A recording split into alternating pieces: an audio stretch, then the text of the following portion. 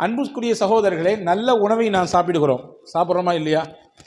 எத்தனையோ நபர்கள் உலகத்திலே எச்சில் இலையில் கிடைக்கக்கூடிய உணவு தான் அவர்களின் வயிற்று பசியை ஆற்றுகிற உணவு. உலகத்திலே பசியோடி ஒரு புறம் பார்த்தால் அதிகப்படியான டன் கணக்கிலே உணவு விரயமாகிறது.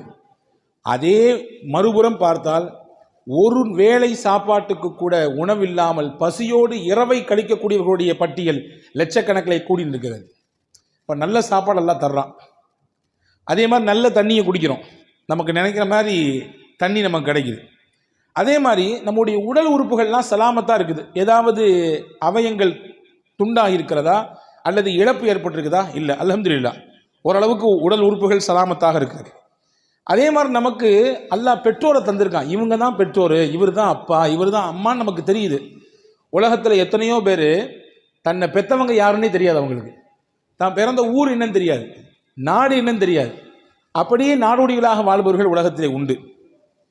அதே மாதிரி அல்லாஹ் தஆலா நமக்கு சந்ததிகளை தந்திருக்கிறான், பிள்ளைகளை தந்திருக்கிறான். எத்தனையோ பேர் பிள்ளை வேண்டும் என்ற ஏக்கத்தில் இருப்பவர்கள் உண்டு. அதே மாதிரி ரப்புல் ஆலமீன் அல்லாஹ் ஏதோ கொஞ்சம் நஞ்ச ஆரோக்கியத்தை நமக்கு வைத்திருக்கிறான். நிறைய பேருக்கு ஆரோக்கியம் ஃபுல்லாக இருக்குது, ஒரு சில பேருக்கு நெருக்கடிகள் இருக்கத்தான் செய்யுது. ஆனால் நீண்ட வருஷங்களாக பல்லாண்டு காலமாக படுக்கையில் கிடக்கக்கூடிய நிலையிலிருந்து அல்லாஹ் நம்மளை பாதுகாத்துட்டான். இது எல்லாத்துக்காகவும் நீ அல்லாஹுக்கு ஒரு நாளைக்கு எத்தனை அல்ஹம்துலில்லாஹ் சொல்லணும், எத்தனை தடவை அல்லாஹ்விற்கு நாம் நன்றி செலுத்த வேண்டும். அன்பு சகோதரர்களே, நன்றி செலுத்தியவர் நிச்சயமாக ஒரு காலம் அவருக்கு குறை வராது என்று குர்ஆன் சொல்கிறது. நீங்கள் உங்களுக்கு கொடுக்கப்பட்ட அருளுக்கு நீங்கள் நன்றி செலுத்தினால் நிச்சயமாக இன்னும் மேலே அதிகமாக தருவேன் உங்களுக்கு. ஒன்றும் இல்லைங்க, சாதாரணமாக பார்ப்போம். ஒரு நண்பர் தன்னுடைய மாமனார் நல்ல விலை உயர்ந்த வாட்ச், ரேடோ வாட்ச் வாங்கி கொடுத்தார். அதை போட்டு தன்னுடைய நண்பர்கிட்ட காட்டினார். இல்லையா, மாமனாருடைய அன்பளிப்பு எவ்வளோ தெரியுமா, 2.5 லட்சம் ஆகும் அப்படின்னாரு. அதை நினச்சி சந்தோஷப்பட்டு அதை வாங்கி கொடுத்த மாமனாருக்கு ரொம்ப மனப்பூர்வமான இதயத்திலிருந்து மகிழ்ச்சியையும் நன்றியையும் தெரிவித்து கொண்டார். இது ஒரு புறம்.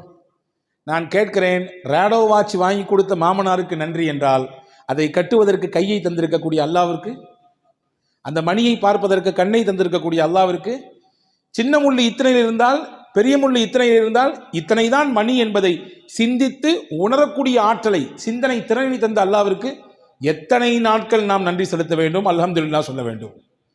அன்பு சகோதரர்களே, 24 மணி நேரமும் உடலிலே ஒவ்வொரு நாளும் இயங்கிக் கொண்டே இருக்கிறது ஒன்று. இரத்தங்கள் சுத்திகரிப்பு செய்யப்பட்டு கொண்டே இருக்கிறது.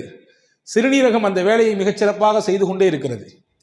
என்றாவது ஒரு நாள் அதில் ஏதாவது ஒரு சின்ன முடக்கம் ஏற்பட்டு, ஏதாவது ஒரு சின்ன கோளாறு ஏற்பட்டு, இரத்த சுத்திகரிப்பு இல்லை ஆனால் செய்தாக வேண்டும், நீங்கள் என்ன செய்யுங்க, செயற்கையாக போய் டயாலிசிஸ் பண்ணிக்கங்க என்று சொல்லும் பொழுதுதான் இத்தனை ஆண்டுகள், இத்தனை வருடங்கள் அல்லாஹ் நமக்கு எந்த காசையும் வாங்காமல் சுத்திகரித்து கொண்டே இருந்திருக்கிறானே. ஒரு நாளைக்கு டயாலிசிஸ் பண்ணிட்டு வரணும்னா குறைஞ்சது 2500 ரூபாய், கூட்டினது இன்னும் நிறைய போய்கிட்டே இருக்குது. யோசிக்கிறோம், அல்லாஹ் கணக்கிட்டு பாருங்கள், ஒரு நாளைக்கு குறைந்தபட்சம் 1000 என்று போடுங்கள், ஒரு மாதத்திற்கு எவ்வளவு ஆனது, ஒரு வருடத்திற்கு எவ்வளவு ஆகிறது. இதையெல்லாம் வாங்காமல் சீராக அல்லாஹ் நம்முடைய உடலிலே அந்த இரத்தத்தை சுத்திகரிப்பு செய்து இயக்கிக் கொண்டே இருக்கிறான். எத்தனை முறை அல்ஹம்துலில்லாஹ் சொல்ல வேண்டும். யோசித்திருக்கிறோமா? என்றாவது ஒரு நாள் நாம் சாப்பிடுகிறோம், சாப்பிடுகிற உணவெல்லாம் கரைகிறது உள்ளே. எப்படி கரைகிறது? கடினமான பொருளையும் கூட கரைத்து தள்ளி விடுகிறது இல்லையா? பல்லால கூட கடிக்க முடியாது சில பொருளை, ஆனால் எப்படியோ கடிச்சு நறுக்கி முறுக்கி உள்ளே போட்டுடுறோம். ஆனால் பல்லால கூட கடிக்க முடியாத ஒரு பொருள் இந்த வயிற்றுக்குள்ளே போன பிறகு எப்படி அது கரையுது அப்படின்னா, அல்லாஹ் அதிலே ஒரு மகத்துவத்தை வைத்திருக்கிறான். ஒரு சிறப்பான அமிலம், ஹைட்ரோக்ளோரிக் என்று சொல்லக்கூடிய ஒரு அமிலம் உள்ளே சுரக்கிறது. அந்த ஹைட்ரோக்ளோரிக்கு எவ்வளோ பெரிய சக்தி உண்டு அப்படின்னா, ஒரே ஒரு சொட்டு எடுத்து கையில் நீங்கள் வச்சிங்கன்னா இங்கிட்டு வந்துடும். உள்ளங்கையில் மேலே வச்சிங்கன்னா அந்த அமிலத்தினுடைய சக்தி பவர் எவ்வளோன்னா இங்கிட்டு வெளியே வந்துடும். அவ்வளவு பவர்ஃபுல்லானது. ஆனால் அந்த அமிலம் நம்ம வயிற்றினுடைய உள்பாகத்திலே அல்லாஹ் சுரக்க வைத்திருக்கிறான். எதற்கு வைத்தான்? கடினமான பொருள் உள்ளே போனாலும் அதை பஸ்மமாக்கக்கூடிய வேலையை அது செய்கிறது. எத்தனை முறை சாப்பிட்டோடு அல்ஹம்துலில்லாஹ் சொல்ல வேண்டும். போனது செரிக்காமல் நின்று விட்டால், உள்ளே போனது ஏதாவது திட்டுமுட்டாடினால் அன்னைக்கு இரவு தூக்கம் வருகிறதா? அடுத்த நேரம் என்ன நடக்கும் என்ற யோசனை வருகிறதா இல்லையா? அடைக்கிற மாதிரி இருக்குதே, இங்கிட்டு வேற ஓரமாக வலிக்கிற மாதிரி இருக்குதே, என்ன ஆச்சுன்னு தெரியலையே, யோசிக்கிறோமா இல்லையா? உள்ளே போனது செரிக்காமல் வெளியே வராமல் இருந்தால் என்ன நடக்கும் கதை? ஒரு நாள் அல்லாஹ் மனிதனின் பவரை, சக்தியை, அல்லாஹ் பலத்தை எதில் வைத்திருக்கிறான் என்றால் மலத்தில் தான் வைத்திருக்கிறான். மலம் அதிகப்படியாக வெளியே போனாலும் பிரச்சனை, போகாமல் இருந்தாலும் பிரச்சனை இல்லையா? அப்ப செரிக்க செய்கிறானே அல்லாஹ், அவனுக்கு எத்தனை முறை அல்ஹம்துலில்லாஹ் சொல்ல வேண்டும்? எத்தனை முறை அல்ஹம்துலில்லாஹ் சொல்ல வேண்டும்? யோசித்திருக்கிறோமா? அன்பு சகோதரர்களே, செரித்த உணவு வெளியேறுகிறது, ஆனால் தானாக வெளியேறவில்லை. நாம் அதற்கு யோசிக்கிறோம், வெளியே போகணும்னு நினைக்கிறோம், குறிப்பிட்ட இடத்துக்கு போகிறோம், போய் நம்ம அந்த பொசிஷனில் அமர்றோம். அதுக்கு பின்னாடி தான் நம்ம உடல்ல கழிவுகள் எல்லாம் வெளியே போகிறது.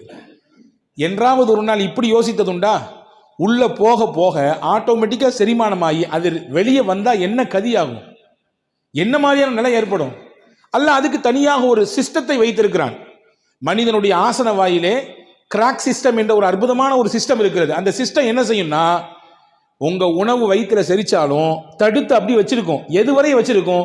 நீங்க நினைக்கணும், உங்க மூளைக்கு அந்த செய்தி போகணும், போய் நீங்க பாத்ரூம் போகணுன்ற எண்ணம் வரணும், அந்த இடத்துக்கு போகணும். அதற்கு பின்னால் தான் அந்த சிஸ்டம் தன்னுடைய வேலையை செய்யும்.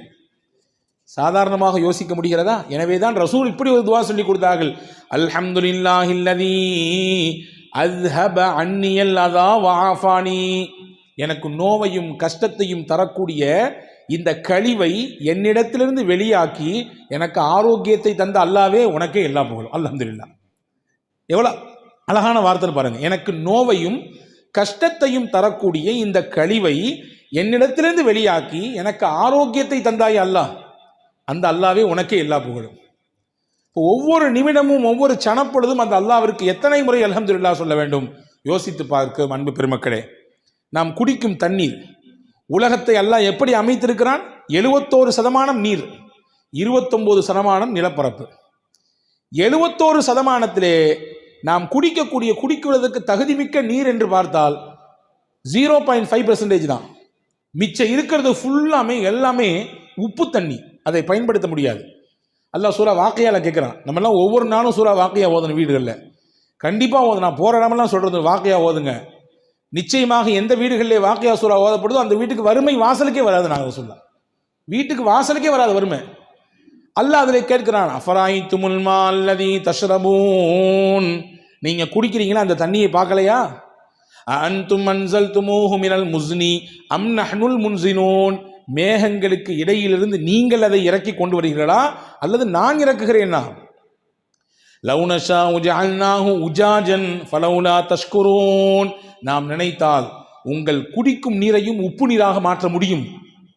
நீங்கள் குடிக்கும் நீரையும் உப்பு நீராக மாற்ற முடியும். எனவே நல்ல ஸ்வீட் வாட்டர் தர்றது அல்லாஹ் தானே. அந்த அல்லாவிற்கு அந்த தண்ணீரை குடித்து முடித்தவுடன் நாம் அல்ஹம்துலில்லாஹ் சொல்லுகிறோமா?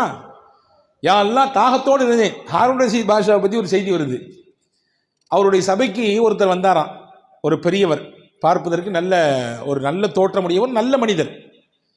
வந்த உடனே ஹாரூன் ரஷீத் பாஷா கேட்ட, பெரிய மகா சக்கரவர்த்தி அவர், அப்பாசிய ஹலீஃபாக்கள் ரொம்ப பெரிய முக்கியத்துவம் வாய்ந்த ஒரு ஹலீஃபா ஹாரூன் ரஷீத் பாஷா. இப்போ அவர் சொன்னாரம்மா, நீங்கள் ஏதாவது எனக்கு உபதேசம் செய்யணும், நீங்கள் ஏதாவது நல்ல விஷயம் சொல்லுங்கள், நான் கேட்கணும், எனக்கு ஆசையாக இருக்குது அப்படின்னு சொன்ன உடனே அவர் கேட்டாராம், நாளைக்கு மறுமையில் உனக்கு ரொம்ப கடுமையான தாகம் இருக்குது, ஆனால் தண்ணி எங்கேயுமே கிடைக்கல, ரொம்ப டிமாண்டாக இருக்குது தண்ணி, ஆனால் உனக்கு தாகம் தீரலை, உனக்கு தண்ணி வேணும், என்ன செய்வ நீ அப்படின்னு கேட்டாராம். உடனே அவர் சொன்னாராம், என் ஆட்சியில் பாதியை கொடுத்தாவது ஒரு டம்ளர் தண்ணி வாங்கி குடிச்சிருவேன், என் ஆட்சியை பாதியை கொடுத்தாவது நான் தண்ணியை வாங்கி குடிச்சிருவேன் ஒரு டம்ளர். சரி, ரொம்ப சந்தோஷம். அடுத்து கேட்டாராம், குடித்த தண்ணி வெளியாகலை, உள்ள குடிச்சல அந்த தண்ணி சிறுநீர் வழியாக வெளியே போகணுமா கூடாதா?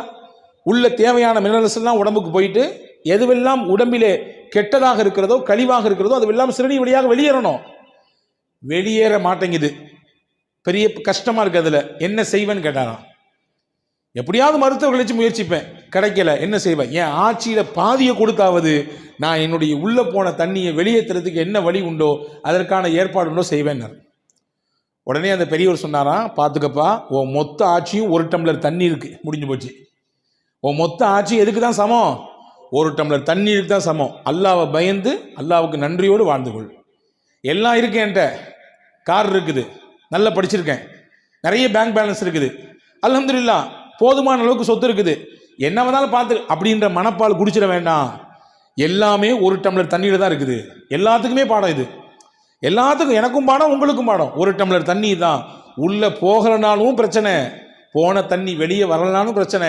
எனவே அல்லாஹ்வை பயந்து உன்னுடைய வாழ்க்கையை அமைத்து அல்லாஹ்வுக்கு நன்றி சொல்லு என்று சொன்னார்கள் அந்த பெரியவர் என்பதாக நாம் வரலாற்றை பார்க்கிறோம். அன்பர்களே, குறைவாக என்ன கொடுத்தாலும் அல்ஹம்துலில்லாஹ், நிறைவாக இருந்தாலும் அல்ஹம்துலில்லாஹ்.